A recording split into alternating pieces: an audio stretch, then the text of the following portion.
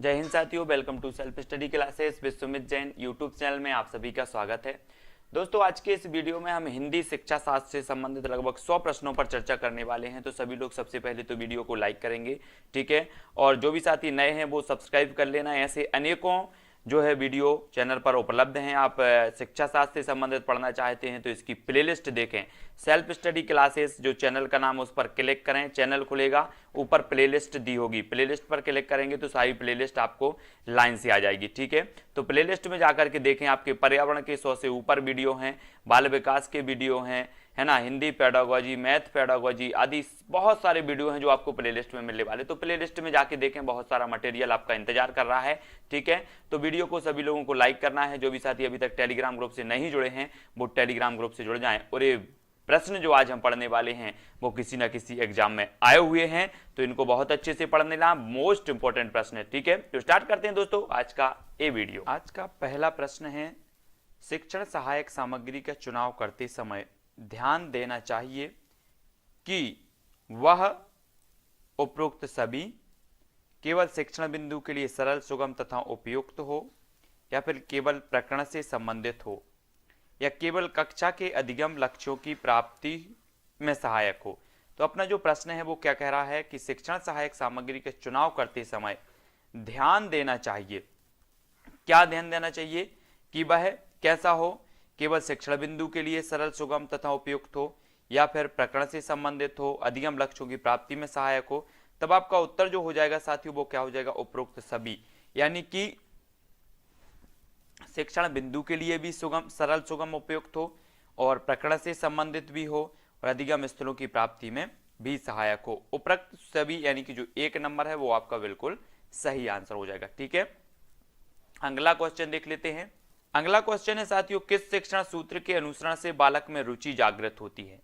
तो आपको बताना है कि कौन से शिक्षण सूत्र के अनुसरण से बालक में रुचि जागृत होती है। पूर्ण से अंश की ओर, मूर्त से अमूर्त की ओर, विशेष से सामान्य की ओर, या आगमन से निगमन की ओर। ये चार विकल्प हैं। अगर आपसे बनता है तो कमेंट में लिखें। आपसे पूछा गया है कि किस शिक्षण सूत्र के अनुसरण से बालक में रुचि जागृत होती है, तो जल्दी से कमेंट बताएंगे आप।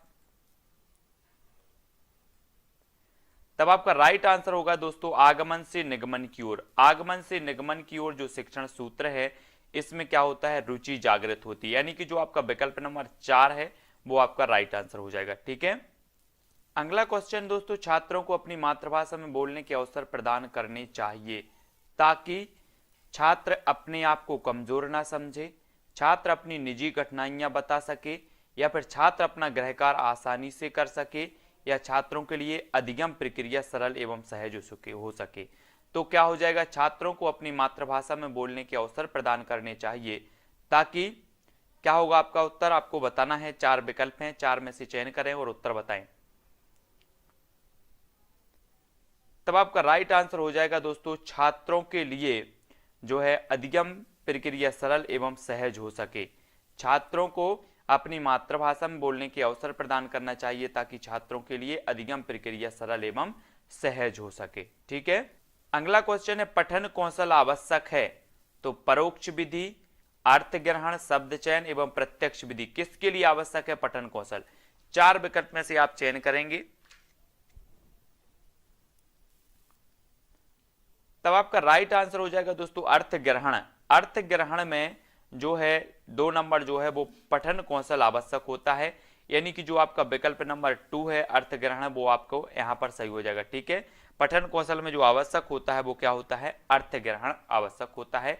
2 नंबर आपका बिल्कुल सही हो जाएगा। अगला क्वेश्चन है दोस्तों, औपचारिक एवं अनौपचारिक संबंधों में किस तरह की भाषा का प्रयोग करना चाहिए। एक तरह की भाषा, कठिन भाषा, सामान्य भाषा, या फिर अलग अलग भाषा।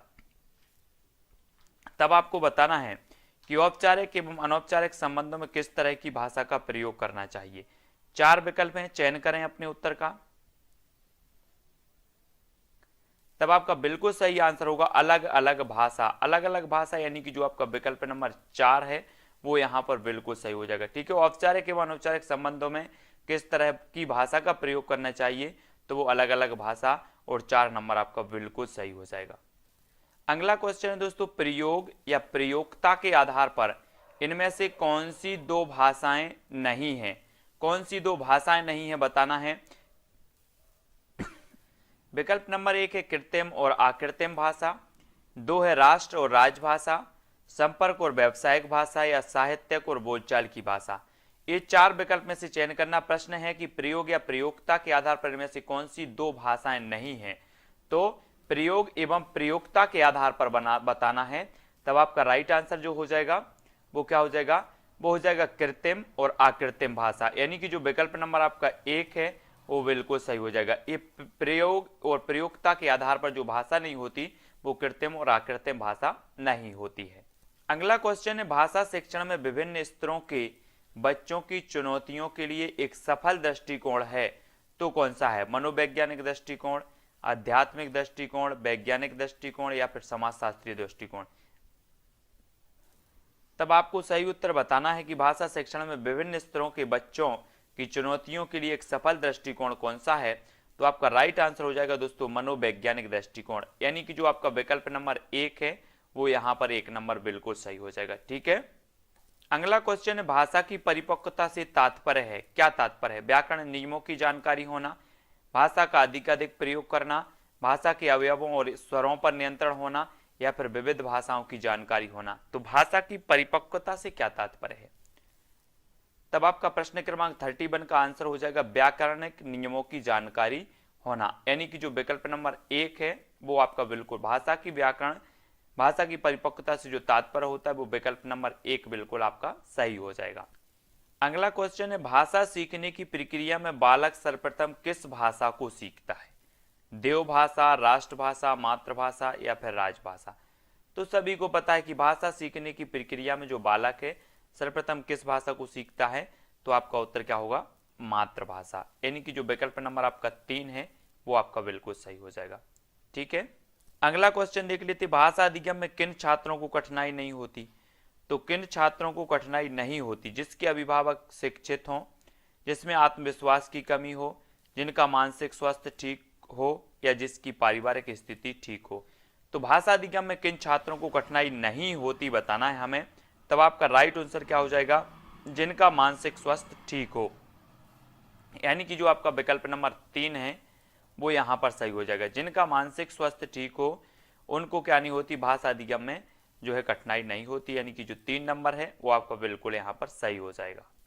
अगला क्वेश्चन है, कक्षा में प्रयोग की गई कोई भी सामग्री तभी शैक्षिक सामग्री कही जा सकती है जब वह शिक्षक की रुचि के अनुरूप हो, छात्रों के मनोरंजन में सहायक हो, कक्षा के किसी उद्देश्य तक पहुंचने में असफल हो, या वह सीखने सिखाने में उपयोगी हो। तो आपका राइट आंसर क्या हो जाएगा? कक्षा में प्रयोग की गई कोई भी सामग्री तभी शैक्षिक सामग्री कही जा सकती है जब वह क्या हो? वह सीखने और सिखाने में उपयोगी साबित हो, यानी कि जो विकल्प नंबर आपका डी है वो बिल्कुल यहाँ पर सही आंसर हो जाएगा। ठीक है। अगला क्वेश्चन देख लेते हैं।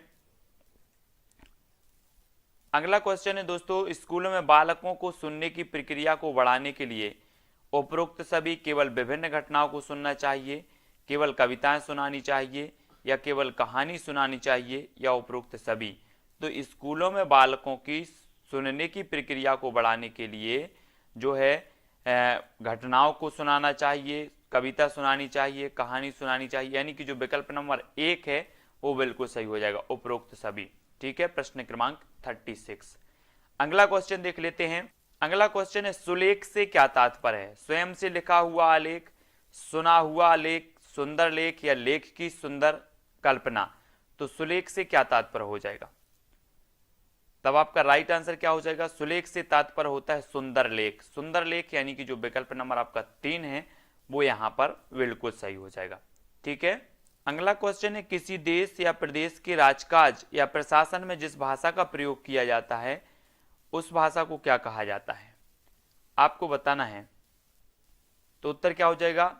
प्रदेश की जो राजकाज या प्रशासन की भाषा होती है उसे क्या कहा जाता है? राजभाषा, यानी कि जो विकल्प नंबर आपका 4 है वो बिल्कुल राजभाषा यहाँ पर सही हो जाएगा।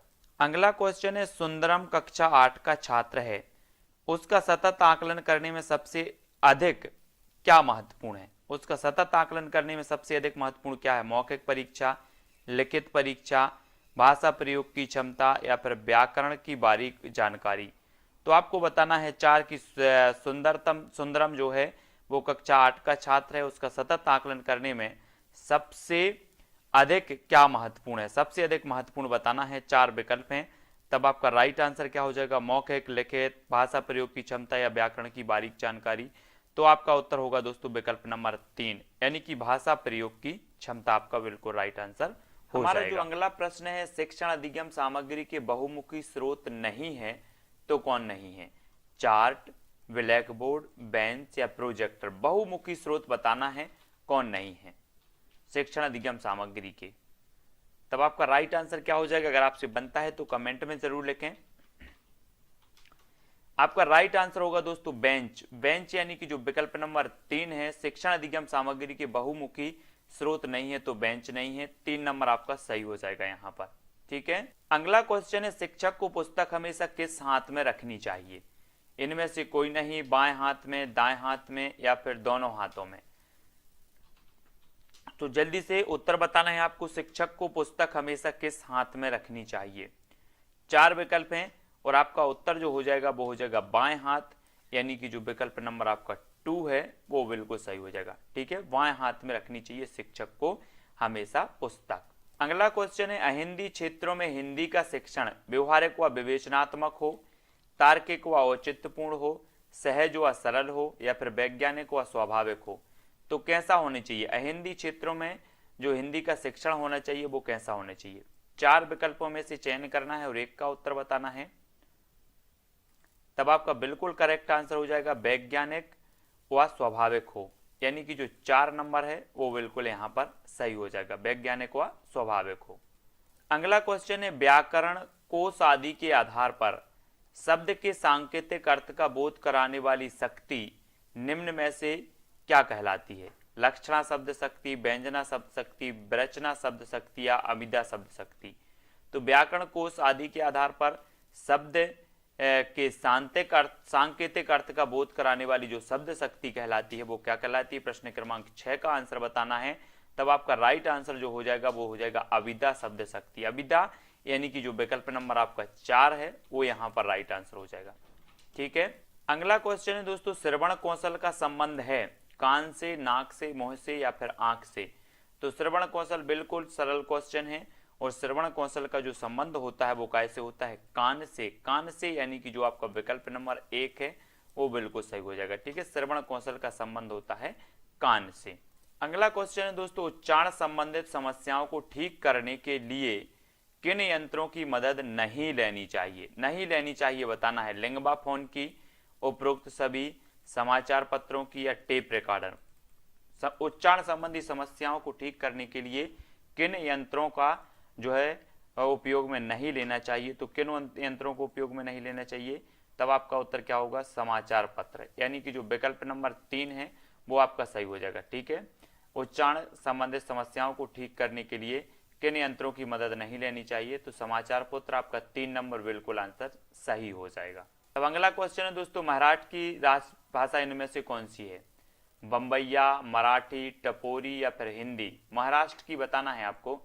तब आपका बिल्कुल सही आंसर क्या हो जाएगा, कमेंट में लिखें अगर आपसे बनता है तो।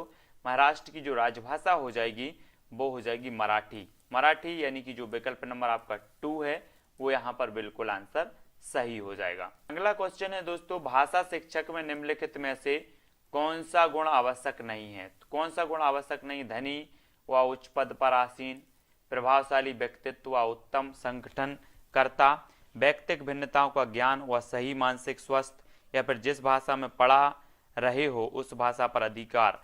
तो कौन सा गुण आवश्यक नहीं है बताना है, नहीं है तो कौन सा नहीं है। तब 4 कम प्रश्न हैं, 4 विकल्प हैं, 4 में से एक का चयन करके आप कमेंट में लिखें और इसका सही उत्तर होगा धनी व उच्च पद पर आसीन। ये भाषा शिक्षक में जो है गुण आवश्यक नहीं है, यानी कि जो 1 नंबर है वो आपका यहाँ पर बिल्कुल आंसर सही हो जाएगा।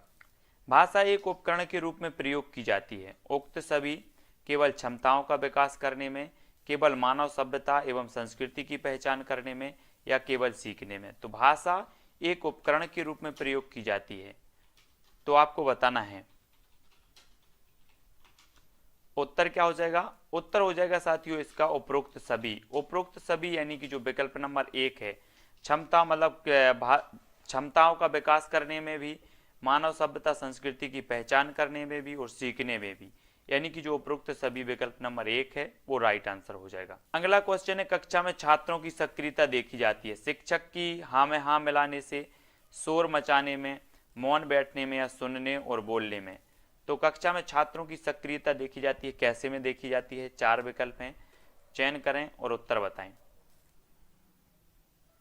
उत्तर होगा दोस्तों विकल्प नंबर सुनने और बोलने, यानी कि 4 नंबर आपका बिल्कुल सही होगा। कक्षा में छात्रों की सक्रियता देखी जाती सुनने और बोलने में, 4 नंबर आपका बिल्कुल सही है। अगला क्वेश्चन है दोस्तों, कक्षा में प्रश्न पूछना, साहित्यिक कार्यक्रम कराना, पाठों का अभ्यास कराना, मौखिक लिखित कार्य कराना आदि किस सिद्धांत के अंतर्गत आते हैं?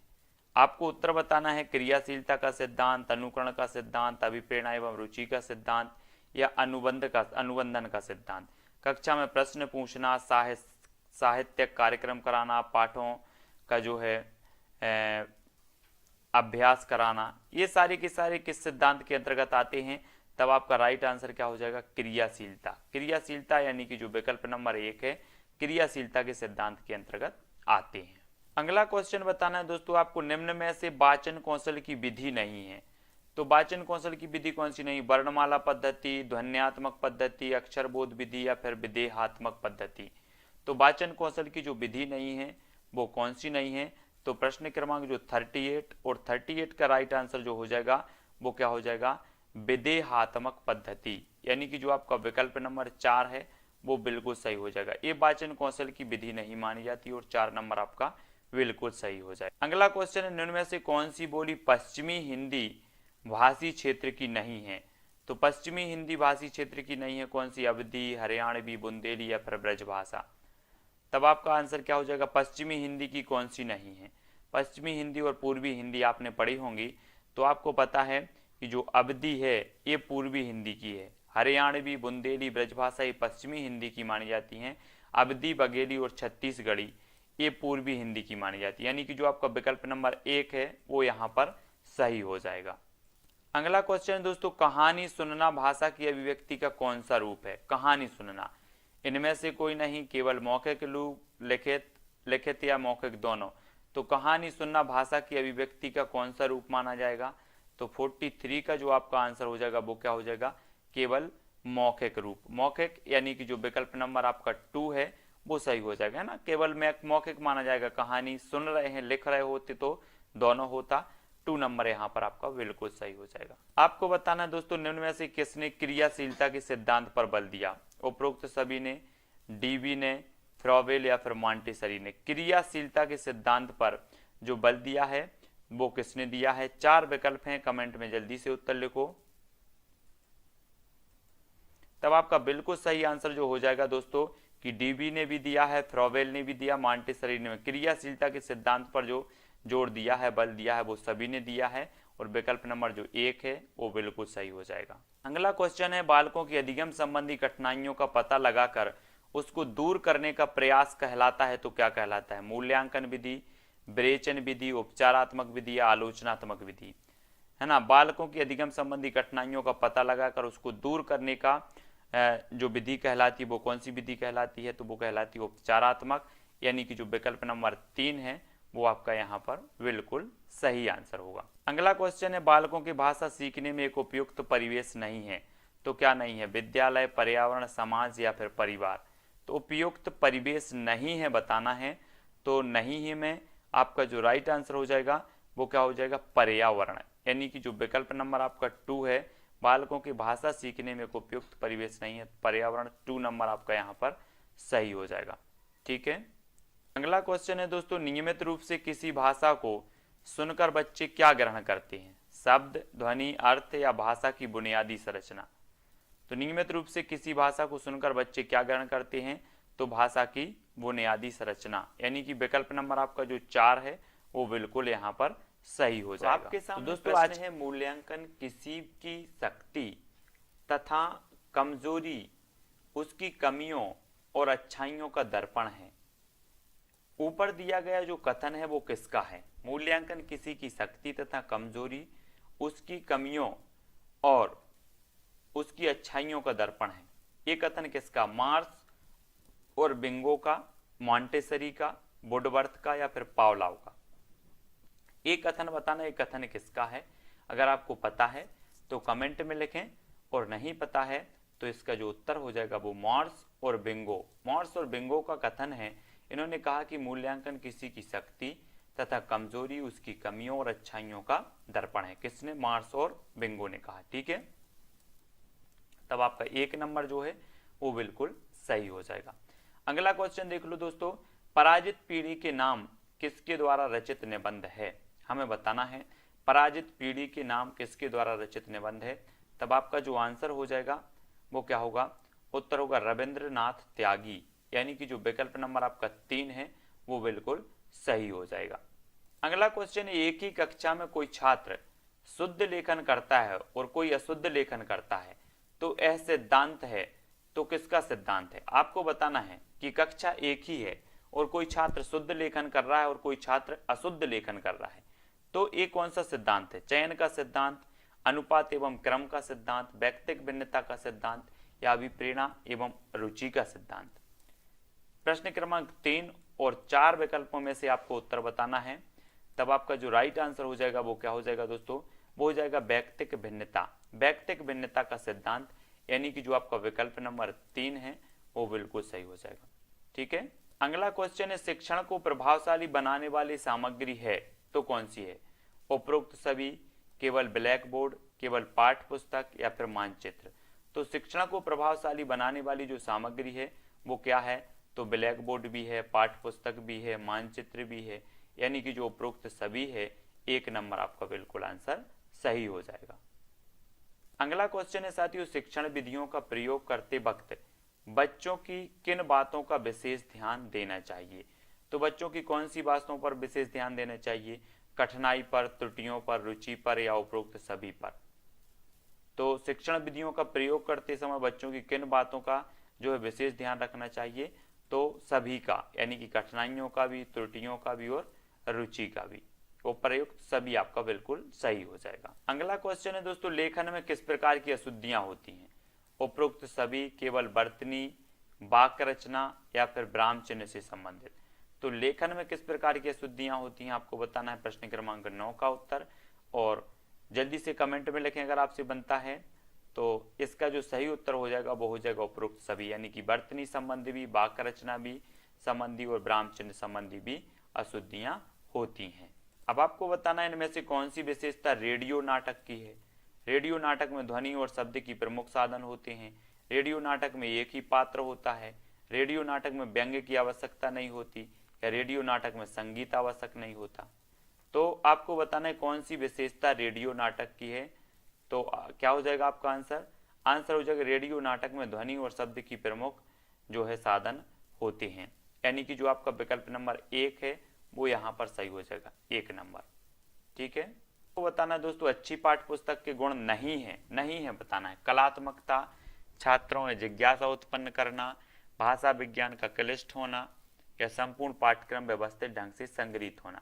तो अच्छी पाठ्य पुस्तक के गुण कौन सी नहीं है? प्रश्न क्रमांक 12 का उत्तर बताना है, और 12 का उत्तर क्या हो जाएगा? भाषा का क्लिष्ट होना, यानी कि जो आपका विकल्प नंबर 3 है वो आपका बिल्कुल सही हो जाएगा। ठीक है, अच्छी पाठ्य पुस्तक के गुण नहीं है भाषा का क्लिष्ट होना। अब अगला क्वेश्चन है दोस्तों, अवधी किस भाषा वर्ग की बोली है? अवधी भाषा बताना है आपको। पश्चिमी हिंदी, राजस्थानी, पहाड़ी हिंदी या पूर्वी हिंदी? तो अवधी किस भाषा वर्ग की बोली है? तो आपका उत्तर क्या हो जाएगा? पूर्वी हिंदी, यानी कि जो विकल्प नंबर आपका डी है वो सही हो जाएगा, है ना। मैंने कई बार आपको कोड बनाया है कि अब छत्तीसगढ़ी, आ से अवधी, बा से बघेली और छत्तीसगढ़ी, ये पूर्वी हिंदी की जो है बोलियां हो जाती हैं। अगला क्वेश्चन है दोस्तों, किस श्रेणी के निबंध गंभीर, मनन और बौद्धिक चिंतन से युक्त होते हैं? तो किस श्रेणी के निबंध होते हैं? संश्लेषणात्मक निबंध होते हैं, विश्लेषणात्मक निबंध, वर्णनात्मक निबंध या विचारात्मक निबंध? आपका प्रश्न है किस श्रेणी के निबंध गंभीर, मनन और बौद्धिक चिंतन से युक्त होते हैं? तो किस प्रकार के निबंध होते हैं? 4 विकल्प हैं, 4 में से चयन करना है। तब आपका राइट जो आंसर हो जाएगा वो क्या हो जाएगा, विचारात्मक जो निबंध होते हैं वो गंभीर चिंतन और मनन बौद्धिक चिंतन से संबंधित या युक्त होते हैं। ठीक है, अगला क्वेश्चन है दोस्तों, मौखिक अभिव्यक्ति का उदाहरण नहीं है, अंत्याक्षरी, पत्र लेखन, घटना वर्णन या चुटकुले सुनना। तो मौखिक अभिव्यक्ति का उदाहरण नहीं है हमें बताना है, तब आपका राइट आंसर क्या हो जाएगा, तो आपका बिल्कुल सही आंसर क्या हो जाएगा, पत्र लेखन। पत्र लेखन ये मौखिक अभिव्यक्ति का उदाहरण नहीं है, यानी कि जो विकल्प नंबर आपका 2 है वो यहाँ पर बिल्कुल सही हो जाएगा। ठीक है, अगला क्वेश्चन है, भाषा विकास का दूसरा चरण है सुनना, पढ़ना, लिखना, पढ़ना, बोलना या फिर लिखना। तो आपको बताना भाषा विकास का दूसरा चरण कौन सा है, अगर आपसे बनता है तो कमेंट में जरूर लिखें।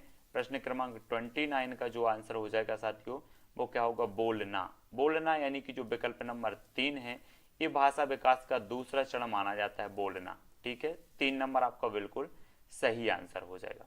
अगला क्वेश्चन है, भाषा शिक्षण में मूल्यांकन की आवश्यकता पड़ती है, उपरोक्त सभी यानी कि छात्रों की असफलता को जानने में, छात्रों की क्षमता और कमजोरियों को जानने में, या फिर शिक्षण प्रक्रिया को सफल व प्रभावी बनाने में। तो भाषा शिक्षण में जो मूल्यांकन की आवश्यकता पड़ती है वो विकल्प नंबर जो 1 है वो बिल्कुल सही हो जाएगा, है ना, इन सभी में पड़ती है। ठीक है, तो 1 नंबर आपका बिल्कुल सही होगा। अगला क्वेश्चन है, भाषा शिक्षण के बोलचाल के सिद्धांत द्वारा भाषा सीखने में कम समय लगता है, भाषा सीखने में अस्थिरता होती है, भाषा सीखने में कठिनाई होती है, भाषा सीखने में अधिक समय लगता है। तो भाषा शिक्षण के बोलचाल के सिद्धांत द्वारा क्या होता है, ये 4 विकल्प हैं और 1 का चयन आपको करना है। तो उत्तर बताएं कमेंट में 1, 2, 3 लिख करके, क्या हो जाएगा इसका सही उत्तर। तब आपका बिल्कुल सही आंसर हो जाएगा दोस्तों, भाषा सीखने में कम समय लगता है, यानी कि जो विकल्प नंबर 1 है वो आपका बिल्कुल सही आंसर हो जाएगा। अगला क्वेश्चन है, रेडियो उदाहरण है, इनमें से कोई नहीं, दृश्य श्रव्य सामग्री या फिर श्रव्य सामग्री। तो रेडियो किसका उदाहरण है, प्रश्न क्रमांक 32 का आंसर बताना है। तो आपका उत्तर क्या हो जाएगा, तो सभी लोगों को पता है कि रेडियो जो है वो श्रव्य सामग्री यानी कि जो विकल्प नंबर आपका 4 है वो यहाँ पर बिल्कुल सही आंसर हो जाएगा। अगला क्वेश्चन है दोस्तों, बच्चे भाषा का प्रयोग कैसे करते हैं, उपरोक्त सभी, केवल सुनकर, केवल लिखकर, केवल बोलकर या फिर उपरोक्त सभी।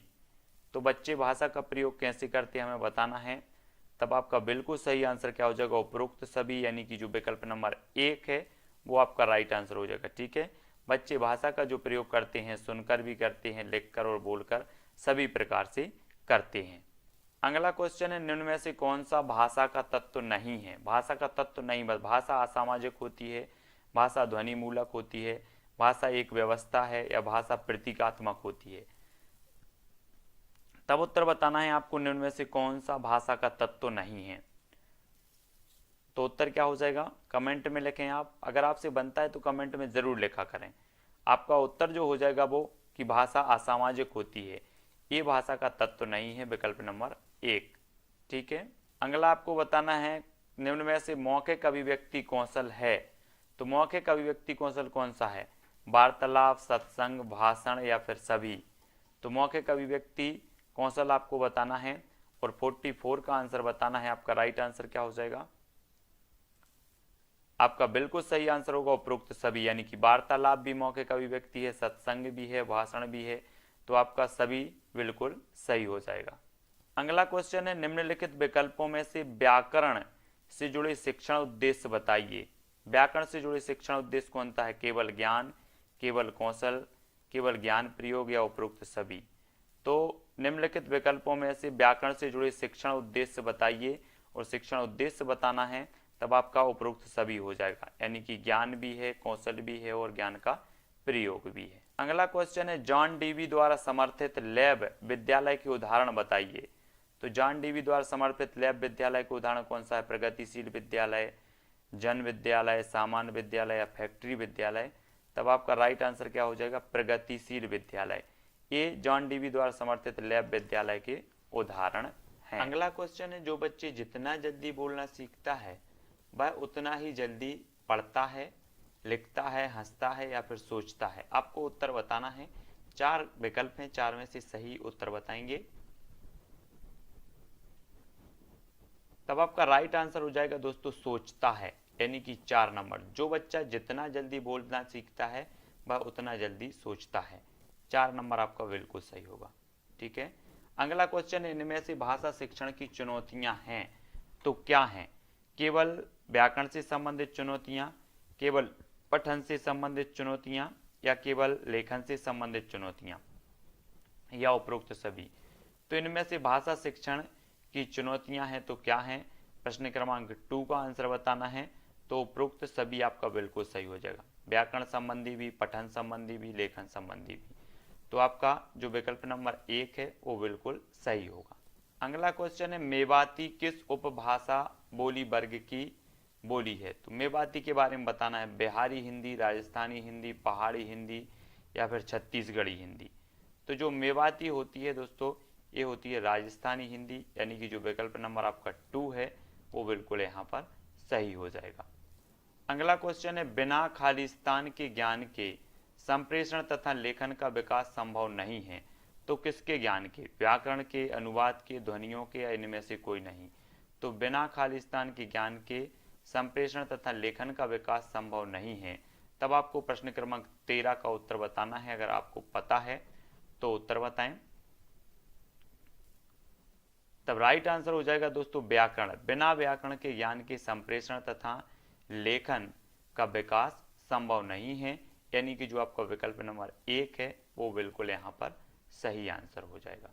अगला क्वेश्चन है दोस्तों, मौखिक अभिव्यक्ति हेतु व्याकरण की आवश्यकता होती है ताकि केवल बालक भावों को शुद्ध रूप में व्यक्त कर सकें, केवल भाषा संबंधी अभिव्यक्ति का विकास हो सके, या केवल स्वरों के आरोह अवरोह एवं बलाघातों को समझ सके, या फिर उपरोक्त सभी? तो मौखिक अभिव्यक्ति हेतु व्याकरण की आवश्यकता होती है तो किस लिए होती है? 15 का आंसर क्या हो जाएगा? उपरोक्त सभी, यानी कि सभी के लिए होता है। डी 1 नंबर आपका बिल्कुल सही आंसर हो जाएगा। अगला क्वेश्चन है, भाषा नियमों द्वारा नियंत्रित खालिस्तान का माध्यम भर नहीं बल्कि हमारी सोच को भी निर्मित करती है। तो 18 का उत्तर क्या हो जाएगा? कला को, संप्रेषण को, संस्कृति, या फिर सुंदरता को? तो भाषा नियमों द्वारा नियंत्रित खालिस्तान का माध्यम भर नहीं है बल्कि हमारी सोच को भी निर्मित करती है। तो किसको करती है? कला को, संप्रेषण, संस्कृति, या फिर सुंदरता को? आपको उत्तर कमेंट में लिखना है। और आपका जो राइट आंसर हो जाएगा वो क्या हो जाएगा? वो हो जाएगा संप्रेषण। संप्रेषण यानी कि जो विकल्प नंबर आपका 2 है वो बिल्कुल सही हो जाएगा। ठीक है, भाषा नियम द्वारा नियंत्रित खालिस्तान का माध्यम भर नहीं है बल्कि हमारी सोच को भी क्या करती है? निर्मित करती है। तो ये संप्रेषण यहाँ पर सही हो जाएगा, विकल्प नंबर 2। ठीक है, अगला क्वेश्चन है दोस्तों, भाषा सीखने के प्रमुख चरण हैं तो कौन से हैं प्रमुख चरण? पढ़ना, लिखना, समझना, या सभी? तो भाषा सीखने के प्रमुख चरण हमें बताना है यहाँ पर। तब आपका राइट आंसर क्या होगा आपसे बनता है तो कमेंट में लिखें। और आपका जो उत्तर हो जाएगा वो हो जाएगा उपरोक्त सभी, यानी कि जो 1 नंबर है बिल्कुल सही। भाषा सीखने के प्रमुख चरण होते हैं पढ़ना भी, लिखना भी और समझना भी। ठीक है, उपरोक्त सभी आपका राइट आंसर हो जाएगा। अगला क्वेश्चन है दोस्तों, भाषा शिक्षण का लक्ष्य है तो क्या है? अध्ययन, अध्यापन का विकास, मानवीय संवेदना का विकास, भाषा की समझ और अभिव्यक्ति का विकास, या अर्थोपार्जन एवं यश प्राप्त करना? तो भाषा शिक्षण का लक्ष्य क्या है? प्रश्न क्रमांक 20 का आंसर। तब आपका राइट आंसर क्या हो जाएगा? भाषा की समझ और अभिव्यक्ति का विकास, यानी कि जो विकल्प नंबर आपका 3 है वो सही होगा। भाषा शिक्षण का लक्ष्य होता है भाषा की समझ और अभिव्यक्ति का विकास। ठीक है, अगला क्वेश्चन है, भाषा के स्थानीय भेद से प्रयोग भेद में जो अंतर पड़ता है उसे कौन सी भाषा कहती है? भाषा के स्थानीय भेद से प्रयोग भेद में जो अंतर पड़ता है उसे कौन सी भाषा कहते हैं? अवधि, मानक भाषा, मुख्य बोली, या फिर विभाषा? तो भाषा के स्थानीय भेद से प्रयोग भेद में जो अंतर पड़ता है उसे कौन सी भाषा कहा जाता है? तब आपका बिल्कुल सही आंसर होगा विकल्प नंबर 4, यानी कि विभाषा कहा जाता है। ठीक है, 4 नंबर आपका बिल्कुल सही हो जाएगा। अगला क्वेश्चन आपको बताना है, भाषा कौशल का एक प्रकार नहीं है, संचार, लेखन, श्रवण, या फिर वाचन? तो भाषा कौशल का एक प्रकार नहीं है तो कौन सा नहीं है? संचार, लेखन, श्रवण, या फिर वाचन? तब आपका बिल्कुल सही आंसर होगा संचार। संचार यानी कि 1 नंबर। भाषा कौशल का एक प्रकार नहीं है तो कौन नहीं है? संचार। लेखन, श्रवण और वाचन ये सभी हैं, संचार नहीं है, यानी कि जो 1 नंबर है वो बिल्कुल आपका सही हो जाएगा। आपको बताना है भाषा कौशल के कितने चरण हैं? 4 हैं, 5 हैं, 2 हैं या फिर 3 हैं? भाषा कौशल के चरण बताना है हमें। तो भाषा कौशल के कितने चरण होते हैं सभी लोगों को पता है, और आपका जो उत्तर हो जाएगा वो क्या हो जाएगा? 4, यानी कि जो 1 नंबर है वो सही होगा। भाषा कौशल के जो चरण होते हैं वो 4 चरण होते हैं, 1 नंबर राइट आंसर होगा। अगला क्वेश्चन है दोस्तों, अधिगम से तात्पर्य है सीखना, अर्जित करने से, अनुकरण से या रटकर विषय वस्तु को याद करने से। तो अधिगम से क्या तात्पर्य है? तब आपका सही उत्तर क्या होगा? अधिगम का अर्थ ही होता है क्या? सीखना, यानी कि जो 1 नंबर है वो आपका बिल्कुल सही आंसर हो जाएगा। अगला क्वेश्चन है दोस्तों, निम्नलिखित में से छात्रों के लिए उपयुक्त दृश्य श्रव्य सामग्री है तो कौन सी है? रेडियो, टेप रिकॉर्डर, मानचित्र, ग्लोब, ब्लैक बोर्ड, कंप्यूटर या मोबाइल वीडियो गेम्स। आपको दृश्य श्रव्य बताना है, कौन सी उपयुक्त दृश्य श्रव्य सामग्री है। तो 1, 2, 3, 4 इस प्रकार से आपको कमेंट में लिखते जाना है और अपना आकलन करते जाना है। तो आपका बिल्कुल सही आंसर होगा ब्लैक बोर्ड और कंप्यूटर। ब्लैक बोर्ड और कंप्यूटर ये दृश्य श्रव्य सामग्री हैं, है ना, यानी कि जो 3 नंबर है वो आपका बिल्कुल सही हो जाएगा। ठीक है, 3 नंबर। अगला क्वेश्चन है दोस्तों, सहायक सामग्री का जनक माना जाता है जॉनसन को, मॉन्टेसरी, प्याजे या फिर फ्रोवेल को। तो सहायक सामग्री का जनक किसे माना जाता है? प्रश्न क्रमांक 40, और आपका जो राइट आंसर हो जाएगा वो क्या हो जाएगा? फ्रोवेल। फ्रोवेल को माना जाता है सहायक सामग्री का जनक, यानी कि जो 4 नंबर है वो बिल्कुल आपका सही आंसर हो जाएगा। अगला क्वेश्चन है, बालकों को करके सीखने में आनंद का अनुभव किस सिद्धांत के अंतर्गत होता है? व्यक्तिगत भिन्नता के सिद्धांत के, क्रियाशीलता के सिद्धांत के, समन्वय का सिद्धांत या अनुकरण का सिद्धांत। बालकों को करके सीखने में आनंद का अनुभव किस सिद्धांत के अंतर्गत होता है? तो आपका राइट आंसर क्या हो जाएगा? क्रियाशीलता। क्रियाशीलता यानी कि जो विकल्प नंबर 2 है वो सही होगा। बालकों को करके सीखने में आनंद का अनुभव होता है क्रियाशीलता के सिद्धांत में। अगला क्वेश्चन है, ग्राफ नीचे दिए गए विकल्पों में से किसका उदाहरण है? केवल श्रव्य सामग्री, केवल दृश्य सामग्री, केवल दृश्य श्रव्य सामग्री या उपरोक्त सभी। तो आपको बताना है ग्राफ के बारे में, नीचे दिए गए विकल्पों में से किसका उदाहरण है। तब कमेंट में लिखें आप, 4 विकल्प हैं, जल्दी जल्दी से सभी लोग लिखेंगे और उत्तर हो जाएगा आपका क्या? केवल दृश्य सामग्री। केवल दृश्य यानी कि जो विकल्प नंबर आपका 3 है, जो बहुत सारे लोगों ने 3 बताया, बिल्कुल सही है, दृश्य सामग्री। ठीक है। अगला क्वेश्चन है दोस्तों, रूप सृष्टि करने वाली शक्ति खाली स्थान है, जीवन के विविध दृश्यों को सामने प्रस्तुत करना इसी का काम है। तो किसका है? कल्पना का, अर्थ का, बुद्धि का या फिर शब्द तत्व का। रूप सृष्टि करने वाली जो शक्ति है वो कौन सी शक्ति है? कल्पना है कि अर्थ तत्व है या फिर बुद्धि तत्व है? तब आपका राइट आंसर क्या होगा? कल्पना तत्व। कल्पना यानी कि 1 नंबर। रूप सृष्टि करने वाली शक्ति कल्पना तत्व है, 1 नंबर आपका यहाँ पर बिल्कुल सही आंसर हो जाएगा। अगला क्वेश्चन है, हिंदी तरभाषी छात्रों की मातृभाषा को जानना शिक्षक के लिए आसान है, सामान्य है, चुनौतीपूर्ण है या फिर विशिष्ट है? तो हिंदी तरभाषी छात्रों की मातृभाषा को जानना शिक्षक के लिए क्या है? तब आपका राइट आंसर होगा चुनौतीपूर्ण। चुनौतीपूर्ण यानी कि जो विकल्प नंबर आपका 3 है वो बिल्कुल यहाँ पर तब प्रश्न है, शिक्षण सहायक सामग्री शिक्षण अधिगम प्रक्रिया को केवल सहयोग करती है, केवल प्रेरित करती है, केवल प्रभावित करती है या फिर उपरोक्त सभी?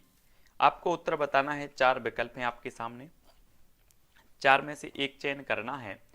आंसर आपका क्या हो जाएगा? आंसर होगा कि सहयोग भी करती है, प्रेरित भी करती है और प्रभावित भी करती है, यानी कि जो विकल्प नंबर 1 है वो आपका बिल्कुल आंसर सही हो जाएगा। ठीक है। अगला देखो, बोलने के आवश्यक तत्व होते हैं। तो बोलने के आवश्यक तत्व क्या होते हैं? कल्पनाशीलता, अर्थ ग्रहण, भाव एवं विचार या फिर स्वर एवं व्यंजन। तो बोलने के जो आवश्यक तत्व होते हैं वो आपको 4 विकल्प में से बताना है। तब आपका राइट आंसर क्या हो जाएगा? आंसर हो जाएगा दोस्तों भाव एवं विचार। ये जो है बोलने के आवश्यक तत्व होते हैं, यानी कि जो विकल्प नंबर आपका 3 है वो बिल्कुल आंसर सही हो जाएगा। अगला बताना है, खड़ी बोली किस वर्ग की बोली है? पश्चिमी हिंदी, राजस्थानी, पहाड़ी या फिर पूर्वी हिंदी? खड़ी बोली आपको बताना है। तो 4 विकल्प में से जल्दी से कमेंट में लिखो, खड़ी बोली किस वर्ग की बोली है? तो आपका बिल्कुल सही आंसर होगा पश्चिमी हिंदी, यानी कि जो 1 नंबर है वो बिल्कुल सही हो जाएगा। अगला क्वेश्चन है दोस्तों, भिन्न भिन्न भाषिक पृष्ठभूमियों से संबंध होने के कारण बच्चों के शब्दों एवं उच्चारण में संकीर्णता पाई जाती है, समानता होती है, स्पष्टता होती है या फिर विविधता पाई जाती है? तो 4 विकल्पों में से जल्दी से कमेंट में लिखो कि भिन्न भिन्न भाषिक पृष्ठभूमियों से संबंध होने के कारण बच्चों के शब्दों एवं उच्चारण में क्या होती है? संकीर्णता, समानता, स्पष्टता, विविधता।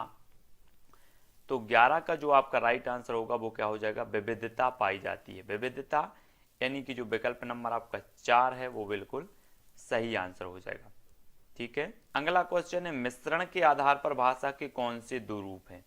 मिश्रण के आधार पर बताना है, श्लील एवं अश्लील भाषा, राष्ट्रीय राजभाषा, शुद्ध अशुद्ध भाषा या मिश्रित भाषा, अमिश्रित भाषा।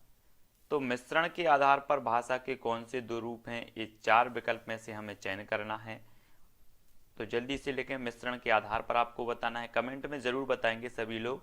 और आपका राइट आंसर हो जाएगा प्रश्न क्रमांक 14 का मिश्रित भाषा और अमिश्रित भाषा, यानी कि जो विकल्प नंबर आपका 4 है वो बिल्कुल सही होगा। मिश्रण के आधार पर भाषा के जो 2 रूप होते हैं वो होते हैं मिश्रित भाषा और अमिश्रित भाषा।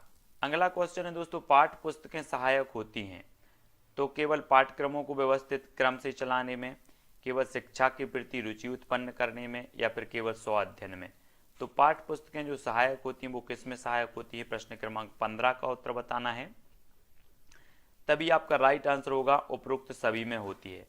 पाठ्यक्रम को व्यवस्थित क्रम में चलाने में भी, केवल शिक्षा के प्रति रुचि उत्पन्न करने में भी, स्व अध्ययन में भी होती है, यानी कि जो आपका 1 नंबर है वो बिल्कुल सही आंसर हो जाएगा। अगला क्वेश्चन है दोस्तों, ध्वनियों को प्रतीकों में लिपिबद्ध कर भाषा को स्थायित्व प्रदान करने को कहते हैं?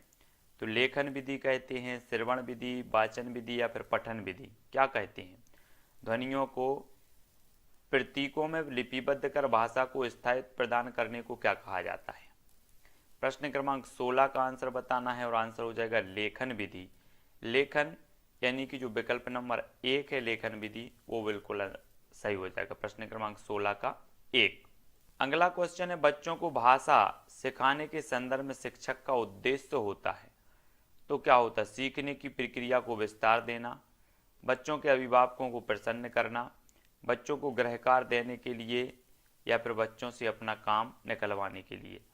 तो बच्चों को भाषा सिखाने के संदर्भ में शिक्षक का उद्देश्य होता है तो क्या उद्देश्य होता है? प्रश्न क्रमांक 18 का उत्तर बताना है और आपका जो राइट आंसर हो जाएगा सीखने की प्रक्रिया को विस्तार देना, यानी कि जो विकल्प नंबर 1 है, बच्चों को भाषा सिखाने के संदर्भ में शिक्षक का उद्देश्य होता है तो वो होता है सीखने की प्रक्रिया को विस्तार देना। 1 नंबर आपका बिल्कुल राइट आंसर होगा।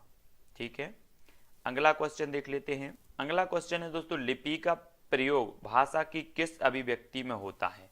मौखिक, सांकेतिक, लिखित या फिर आंगिक?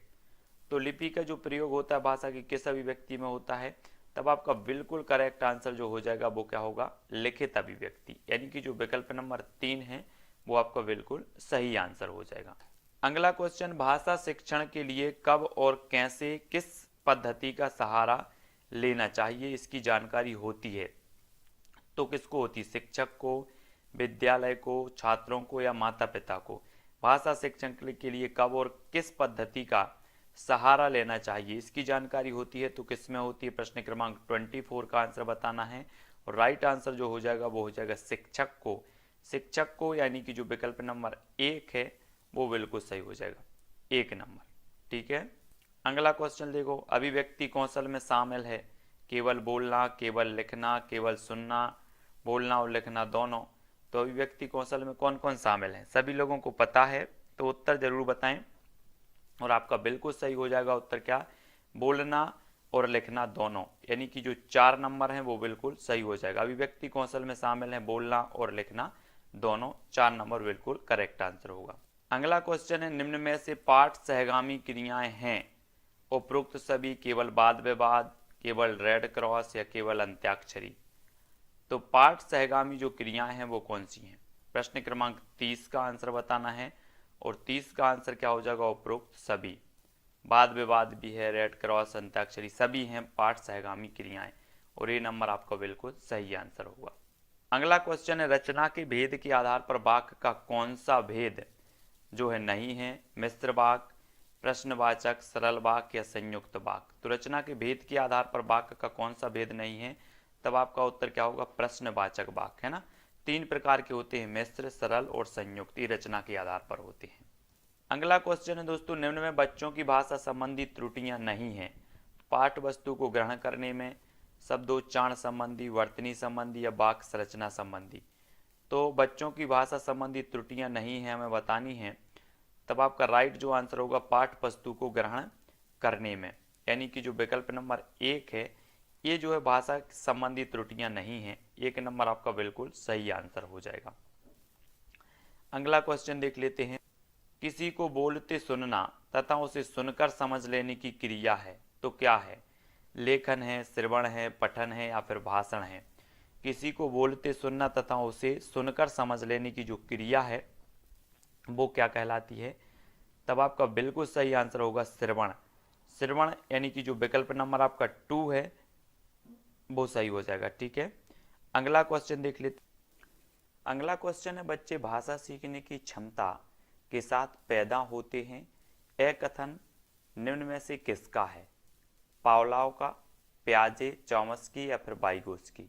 बच्चे भाषा सीखने की क्षमता के साथ पैदा होते हैं, ये जो कथन है वो चॉम्स्की साहब, यानी कि जो विकल्प नंबर 3 है वो यहाँ पर बिल्कुल सही हो जाएगा, ठीक है। देख लेते हैं अगला क्वेश्चन, सुनने की गतिविधि यदि रोचक और उपयोगी होगी तो मेधावी बच्चे होंगे, बच्चे अपना गृहकार्य आसानी से करेंगे, बच्चे अधिक ध्यान केंद्रित होकर सुनेंगे या फिर बच्चे कक्षा में अनुशासित रहेंगे। तब आपको बताना, सुनने की गतिविधि यदि रोचक और उपयोगी होगी तो क्या होगा, बच्चे अधिक ध्यान केंद्रित होकर सुनेंगे, यानी कि जो विकल्प नंबर आपका 3 है वो यहाँ पर बिल्कुल सही हो जाएगा, 3 नंबर का, ठीक है। अगला क्वेश्चन देख लेते हैं। अगला क्वेश्चन है, सीखी हुई बात को जितना अधिक दोहराया जाएगा वह उतना ही अधिक देर तक याद भी रहेगी। यह सिद्धांत है चयन का सिद्धांत, शिक्षण सूत्रों का सिद्धांत, आवृत्ति का सिद्धांत या साहचर्य का सिद्धांत। तो आपका बिल्कुल राइट आंसर हो जाएगा क्या, विकल्प नंबर 3, आवृत्ति का सिद्धांत। 3 नंबर आपका बिल्कुल सही है, ठीक है, ये चीज आपको याद रखनी है। अगला क्वेश्चन है, राष्ट्रीय जीवन में हिंदी आपसी संपर्क की महत्वपूर्ण कड़ी बनने पर ही खालिस्तान कहला सकती है, क्या कहला सकती है। तो आपका राइट आंसर क्या हो जाएगा, आंसर होगा राष्ट्रभाषा, यानी कि जो विकल्प नंबर 2 है वो आपका बिल्कुल यहाँ पर सही हो जाएगा। अगला क्वेश्चन है दोस्तों, शिक्षण को प्रभावशाली कैसे बनाया जा सकता है, शिक्षण सूत्रों के आधार पर, शिक्षण को व्यवसाय से जोड़कर, शिक्षण को अत्यधिक सरकारी अनुदान देकर, या इनमें से कोई नहीं। तो शिक्षण को प्रभावशाली बनाना है, तब आपका राइट आंसर क्या हो जाएगा, प्रश्न क्रमांक 2 का उत्तर होगा शिक्षण सूत्रों के आधार पर। शिक्षण सूत्रों के आधार पर यानी कि जो विकल्प नंबर 1 है वो आपका बिल्कुल आंसर सही हो जाएगा। अगला क्वेश्चन है, शिक्षण सहायक सामग्री का गुण है, तो क्या है, परिशुद्धता, रोचकता या प्रासंगिकता या उक्त सभी। तो शिक्षण सहायक सामग्री का जो गुण होता है वो क्या होता है, तो आपको कमेंट में लिखना है, 1 2 3 4 इस प्रकार से कमेंट में अगर आपसे बनता है तो कमेंट में जरूर लिखें। उत्तर होगा कि परिशुद्धता भी है, रोचकता भी, प्रासंगिकता यानी कि जो प्रयुक्त सभी है। 1 नंबर आपका बिल्कुल सही आंसर होगा। अगला क्वेश्चन है, रूपरेखा अनुकरण विधि है, लेखन कौशल, श्रवण कौशल, वाचन कौशल या पढ़ने का कौशल। तो रूपरेखा अनुकरण विधि है तो क्या है, 4 विकल्प में से चयन करना है और आपका जो राइट आंसर हो जाएगा वो क्या हो जाएगा, वो होगा लेखन कौशल। रूपरेखा अनुकरण विधि क्या है, लेखन कौशल। 1 नंबर आपका बिल्कुल सही हो जाएगा यहाँ पर, ठीक है। अगला क्वेश्चन देखते हैं, श्याम और राधा एक दूसरे से बात कर रहे हैं, यह रूप है किसका है, सांकेतिक अभिव्यक्ति, मौखिक अभिव्यक्ति, लिखित अभिव्यक्ति या उपरोक्त सभी। तो श्याम और राधा एक दूसरे से बातचीत कर रहे हैं, क्या है, तो बातचीत कर रहे हैं तो ये क्या कहलाएगा, मौखिक अभिव्यक्ति, केवल मौखिक अभिव्यक्ति, यानी कि जो विकल्प नंबर आपका 3 है वो बिल्कुल सही हो जाएगा यहाँ पर, ठीक है। अगला क्वेश्चन देखो, श्याम पट को साफ करने की सही प्रक्रिया क्या है, ऊपर से नीचे की ओर, नीचे से ऊपर की ओर, बाएं से दाएं की ओर या फिर दाएं से बाएं की ओर। 4 विकल्प हैं, सभी लोग आंसर बताएंगे। श्याम पट को साफ करने की सही प्रक्रिया क्या होती है? तब आपका बिल्कुल सही आंसर क्या हो जाएगा? बाएं से दाएं की ओर। बाएं से दाएं की ओर यानी कि जो विकल्प नंबर आपका 3 है वो बिल्कुल सही हो जाएगा। ठीक है, आपको बताना है दोस्तों डिसलेक्सिया का लक्षण है तो क्या है? वर्णमाला अधिगम में कठिनाई, केवल वर्तनी दोष से पीड़ित होना, केवल एकाग्रता में कठिनाई या फिर उपरोक्त सभी। तो डिसलेक्सिया का लक्षण क्या होता है? प्रश्न क्रमांक 10 का आंसर बताना है और आपको 4 विकल्प हैं, जल्दी से कमेंट में लिखो 1 2 3 4। तो डिसलेक्सिया का लक्षण होता है वर्णमाला अधिगम में कठिनाई भी होता है, केवल वर्तनी दोष से पीड़ित भी होना, एकाग्रता, यानी कि उपरोक्त सभी जो है 1 नंबर आपका बिल्कुल आंसर सही हो जाएगा। आपको बताना है श्रवण के आधार पर भाषा का कौन सा भेद है? कृत्रिम भाषा, सहज भाषा, अयोगात्मक भाषा और संयोगात्मक भाषा, क्लिष्ट और सरल भाषा, मधुर भाषा, कर्कश भाषा। तो श्रवण के आधार पर भाषा का कौन सा भेद होता है? 4 विकल्प में से जल्दी से कमेंट में लिखना है, क्या हो जाएगा आपका उत्तर? तब आपका सही उत्तर हो जाएगा दोस्तों मधुर भाषा और कर्कश भाषा। इस श्रवण के आधार पर आप मधुर भाषा भी सुनते हो और कर्कश भाषा भी, यानी कि 4 नंबर आपका यहाँ पर बिल्कुल सही आंसर होगा। अगला क्वेश्चन है लिखने के नियमों का ज्ञान होता है व्याकरण द्वारा, बोलने द्वारा, हाथ द्वारा, भावनाएं द्वारा। तो लिखने के नियमों का जो ज्ञान होता है वो किसके द्वारा होता है? व्याकरण के द्वारा, यानी कि जो 1 नंबर है वो बिल्कुल आंसर सही हो जाएगा। ठीक है, व्याकरण के द्वारा आपका सही आंसर होगा। अगला देख लेते हैं। अगला है सीखने के लिए बातचीत करना किन आयु वर्गों के लिए आवश्यक होता है? तो सीखने के लिए बातचीत करना किन आयु वर्गों के लिए आवश्यक होता है? किशोरावस्था के लिए, सभी आयु वर्गों के लिए, बाल्यावस्था के लिए या शैशवावस्था के लिए? तो सीखने के लिए बातचीत करना किन आयु वर्गों के लिए आवश्यक होता है? तब आपका सही उत्तर क्या होगा? सभी आयु वर्ग, किशोरावस्था, बाल्यावस्था, शैशवावस्था, सभी आयु वर्ग के लिए जो है महत्वपूर्ण होता है। अगला क्वेश्चन, भारत में हिंदी को किस भाषा का दर्जा प्राप्त है? राष्ट्रभाषा, विभाषा, मातृभाषा या राजभाषा? तो भारत में हिंदी को किस भाषा का दर्जा प्राप्त है हमें बताना है। 27 का आंसर आपका क्या हो जाएगा? बिल्कुल सही आंसर होगा राजभाषा। राजभाषा यानी कि 4 नंबर आपका बिल्कुल सही है। ठीक है, अगला क्वेश्चन बताना है आपका वाचन कौशल का उद्देश्य है तो क्या है वाचन कौशल का?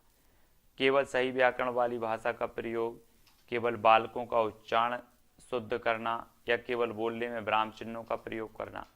तो वाचन कौशल का जो उद्देश्य माना जाता है दोस्तों वो माना जाता है उपरोक्त सभी, व्याकरण वाली भाषा का प्रयोग भी, उच्चारण शुद्ध करना भी, विराम चिन्हों का प्रयोग भी, यानी कि जो 1 नंबर है वो बिल्कुल आपका सही हो जाएगा। अगला क्वेश्चन है भाषा वह साधन है जिसके द्वारा हम व्यक्त करते हैं तो क्या आस्था, कर्तव्य या विचारों को इनमें से कोई नहीं? तो भाषा के द्वारा तो हम पता है कि विचारों का आदान प्रदान का माध्यम भाषा है, तो विचारों को हम व्यक्त करते हैं, यानी कि जो विकल्प नंबर आपका 4 है वो बिल्कुल सही हो जाएगा। अगला क्वेश्चन है भाषा ग्रहण करने की प्रक्रिया एक ऐसी प्रक्रिया है जो अस्थिर है, निरंतर चलती है, निश्चित अवधि तक चलती है, स्थिर है। तो आपको पता होनी चाहिए कि भाषा ग्रहण करने की जो प्रक्रिया है एक ऐसी प्रक्रिया है जो निरंतर चलती है। निरंतर यानी कि जो विकल्प नंबर आपका 2 है वो बिल्कुल यहाँ पर सही हो जाएगा। ठीक है, याद रखना है कक्षा में राष्ट्रीय चिन्ह के बारे में बताने से पहले यदि शिक्षक मोर, चीता, कमल आदि के बारे में जो है बताता है तो वह शिक्षण की कौन सी विधि अपनाता है? ज्ञात से अज्ञात की ओर, स्थूल से सूक्ष्म की ओर, सरल से जटिल की ओर या फिर विशिष्ट से सामान्य की ओर? क्या होगा आपका राइट आंसर? कक्षा में राष्ट्रीय चिन्ह के बारे में बताने से पहले यदि शिक्षक मोर, चीता, कमल आदि के बारे में जो है बताता है तो वह शिक्षण की कौन सी विधि अपनाता है? 33 का उत्तर हो जाएगा ज्ञात से अज्ञात की ओर। ज्ञात से अज्ञात की ओर यानी कि जो विकल्प नंबर 1 है बिल्कुल आपका सही आंसर हो जाएगा। ठीक है, अगला क्वेश्चन है दोस्तों सुनना भाषा विकास का निम्न चरण है, द्वितीय, प्रथम, तृतीय या फिर चतुर्थ? तो सुनना भाषा विकास का कौन सा चरण है? तब आपका राइट आंसर क्या हो जाएगा? सुनना जो होता है भाषा विकास का प्रथम चरण माना जाता है, प्रथम, यानी कि जो विकल्प नंबर 2 है वो बिल्कुल सही आंसर हो जाएगा। अगला क्वेश्चन है गणितीय कौशल संबंधी विकार होता है पूर्ण अक्षर लिखना, समय सारणी बनाने में कठिनाई, अपठनीय हस्तलेखन या कागज को बहुत पास से पकड़ना। तो क्या होगा, गणितीय कौशल संबंधी जो विकार होता है वो समय सारणी बनाने में कठिनाई, यानी कि जो विकल्प नंबर आपका 2 है वो यहाँ पर सही हो जाएगा। गणितीय कौशल संबंधी विकार होता है समय सारणी बनाने में कठिनाई।